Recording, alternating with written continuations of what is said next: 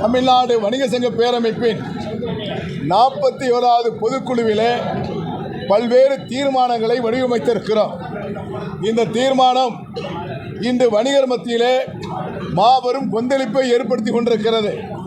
GST வரி விகிதம், கட்டிட வரி 6% உயர்வு என்று பல்வேறு வரிகளை எதிர்த்து போராடக்கூடிய நிலைக்கு வணிகர்கள் தள்ளப்பட்டிருக்கிறார்கள். தமிழகம் முழுவதும் கடந்த 11ஆம் தேதி மழை கொட்டுவதையும் பொருட்படுத்தாது வணிகர்கள் போராடியதை மத்திய மாநில அரசுகள் பார்த்திருப்பார்கள், புரிந்து கொண்டிருப்பார்கள் என்று எண்ணுகிறோம். அதே போன்று போராட்டம் தொடர்ந்து டெல்லி ஒவ்வொரு போராட்டமாக நடத்த இருக்கிறோம். குறிப்பாக ஜிஎஸ்டி சம்பந்தப்பட்டதனுடைய அலுவலகம் முன்பும் போராட்டம் நடத்துவது குறித்து ஆய்வு செய்திருக்கிறோம். ஆகவே தமிழ்நாடு வணிகர்களுடைய பேரமைப்பு வருகின்ற மே 5 வணிகர் தின மாநில மாநாடு, 42வது மாநாடு சென்னை அருகில் செங்கல்பட்டு மாவட்டத்தில் 50 ஏக்கர் இடப்பரப்பளவு அளவில் அந்த மாநாடு நடத்த இருக்கிறோம். அந்த மாநாட்டிற்கு தமிழ்நாடு வணிக சங்க பேரமைப்பு வணிகர் அதிகார பிரகடன மாநாடு, வணிகர் அதிகார பிரகடன மாநாடாக தலைப்பு வைத்திருக்கிறோம். இன்று அதிகாரிகள் எங்களை அடிமைப்படுத்திக் கொண்டிருக்கிறார்கள். இதிலிருந்து விடுவிப்பதற்காக தான் இந்த தலைப்பை தேர்வு செய்திருக்கிறோம். இந்த மாநாட்டில் லட்சக்கணக்கான வணிகர்கள், நீங்கள் பொதுக்குழு பார்த்திருப்பீங்க, ஆர்ப்பாட்டத்தை பார்த்திருப்பீங்க, டெல்லியை நோக்கி செல்வதற்கு 5 ஆண்டுக்கு மேற்கொண்ட வியாபாரிகள் இப்பொழுதே தயாராகி கொண்டிருப்பதை நீங்கள் பார்த்திருப்பீர்கள். ஆகவே இந்த மாநாடு பல லட்சம் வணிகர்களை உள்ளடக்கி 26 சட்டமன்ற தேர்தலிலே ஒவ்வொரு அரசியல் கட்சிகளும் அவர்களுக்கு ஆட்சியிலே பங்கு அதிகமான இடம் வேண்டும் என்பதை போராடுவதற்காக மாநாடுகளை நடத்துகின்றார்கள்.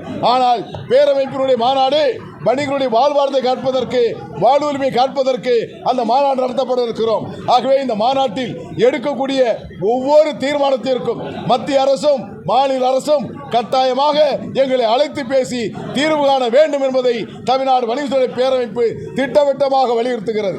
இந்த நிலை தொடர்மையானால் தமிழகத்திலே வியாபாரிகள் மத்தியிலே கடுமையான அதிருப்தியை, கொந்தளிப்பை ஏற்படுத்தி இருக்கிறது. இது ஒரு காலகட்டத்தில் ஜிஎஸ்டி வரி விதிப்பு உட்பட நாடுதழுவிய கடடைப்பாக அறிவிக்கக்கூடிய நிலை ஏற்பட்டுவிடும் என்பதை எச்சரிக்கை உணர்வோடு பதிவு செய்து கொள்கிறேன். ஆமாம்,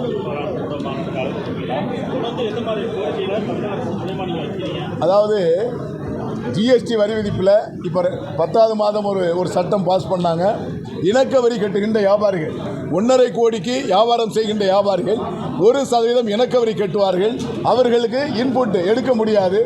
அந்த வரி விதிப்பை, ஜிஎஸ்டி வரி விதிப்பை உடனடியாக திரும்பப் பெற வேண்டும் என்பதை வலியுறுத்துகிறோம். ஜிஎஸ்டியில் இருக்கின்ற சட்ட குளறுபடிகளை வைத்துக்கொண்டு அரசு அதிகாரிகள் கடுமையான அத்துமீறல்களை செய்து கொண்டிருக்கிறார்கள். பல இடங்களிலே அங்கு நோட்டீஸ் அனுப்புவது வழக்கமாக வைத்திருக்கிறார்கள். அதை பெறுவதற்கும் அதை பேசி தீர்ப்பதற்கும் பஞ்சாயத்து கமிட்டி அமைத்தது போன்று சில அதிகாரிகள் செயல்பட்டு கொண்டிருக்கிறார்கள். இந்த நிலைப்பாடுகளை அரசு புரிந்து கொண்டு சட்ட விதிகளை எளிமைப்படுத்த வேண்டும் என்பதை வலியுறுத்தி இருக்கிறோம். அதேபோன்று மாநில அரசு கட்டிட வரி விதிப்பு 6% உயர்வை திரும்பப் பெற வேண்டும் என்பதை வலியுறுத்தி இருக்கிறோம்.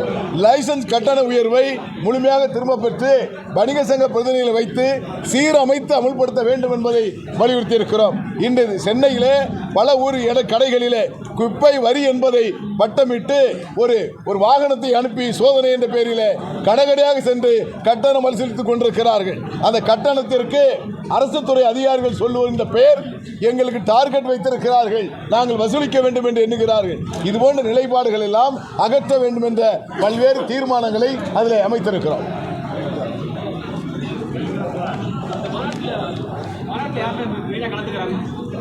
மாநாட்டில் தலைமை நிர்வாகிகள் அடுத்த ஆட்சி மன்ற குழு கூட்டம் நடைபெற இருக்கிறது. யார் யாரை அழைப்பது, பிரதமரை அழைப்பது, முதலமைச்சரை அழைப்பது, யார் யாரை அழைப்பது என்பதை நாங்கள் தீர்மானிக்க இருக்கிறோம். தமிழ்நாடு